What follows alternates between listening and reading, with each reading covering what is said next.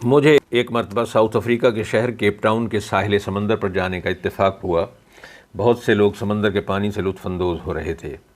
وہاں میری ملاقات ایک 80 سالہ شخص سے ہوئی جو نہانے کے بعد کرسی پر دھوپ کی تپش سے اپنے جسم کو آسودہ کر رہا تھا۔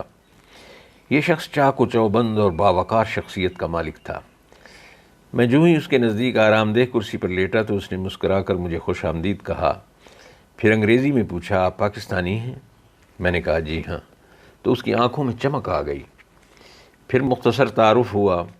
وہ مجھ سے اردو میں باتیں کرنے لگا۔ وہ کہنے لگا، میں بائی برتھ پاکستانی ہوں لیکن میں آج کل سوئٹزرلینڈ میں رہتا ہوں۔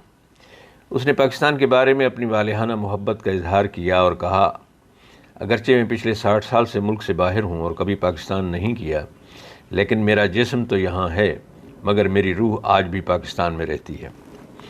اس نے زندگی کی بہت سی باتیں مجھے سنائیں۔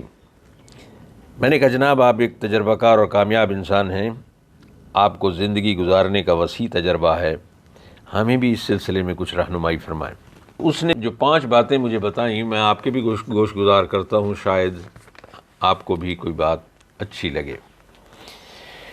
انہوں نے کہا، نمبر 1، آپ اپنی زندگی کے گاڑی کے خود ڈرائیور ہیں۔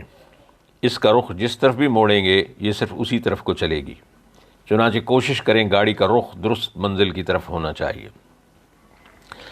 نمبر 2، کامیابی کا مطلب ہر انسان کے لیے مختلف ہے۔ میں یہ سمجھتا ہوں کہ جو شخص اپنے سکون کا سودا کسی قیمت پر نہیں کرتا وہ ایک کامیاب انسان ہے، اسے اپنی مرضی سے جینے کا پورا فن آتا ہے۔ نمبر 3، بعض اوقات انسان کی زندگی میں ایک معمولی سا واقعہ اس کے مقدر کو بدل کر رکھ دیتا ہے، چنانچہ اپنی غفلت کی وجہ سے کسی موقع کو ضائع ہرگز نہ کرنا، کیونکہ غفلت کا نشہ شراب کے نشے سے بھی زیادہ خطرناک ہے۔ چوتھی بات یہ ہے کہ اپنی صحت، جس کے لیے سیر و تفریح اور سیلف امپرومنٹ بے حد ضروری ہے، اس پر رقم خرچ کرتے وقت کبھی کنجوسی نہ کرنا۔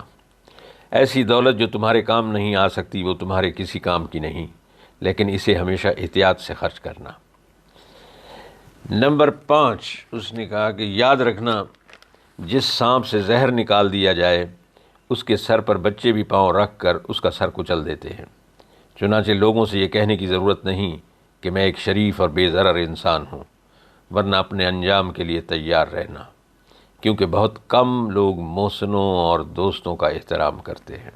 پھر وہ اپنی کرسی سے اٹھے تو ان کی بیوی نے کہا، میرے میاں بنیادی طور پر لٹریچر کے استاد ہیں، انہیں اللہ نے حصے جمالیات سے خوب نوازا ہے، اس لیے ان کی نظر ہمیشہ اچھی باتوں پر رہتی ہے، ان کی اکثر باتیں ہمارے دماغ کے اوپر سے گزر جاتی ہیں۔ پروفیسر صاحب مسکرائے، بیگم کی طرف دیکھا اور پھر آخر میں پاکستان کی سلامتی اور خوشحالی کے لیے دعا مانگی اور ہم روانہ ہو گئے۔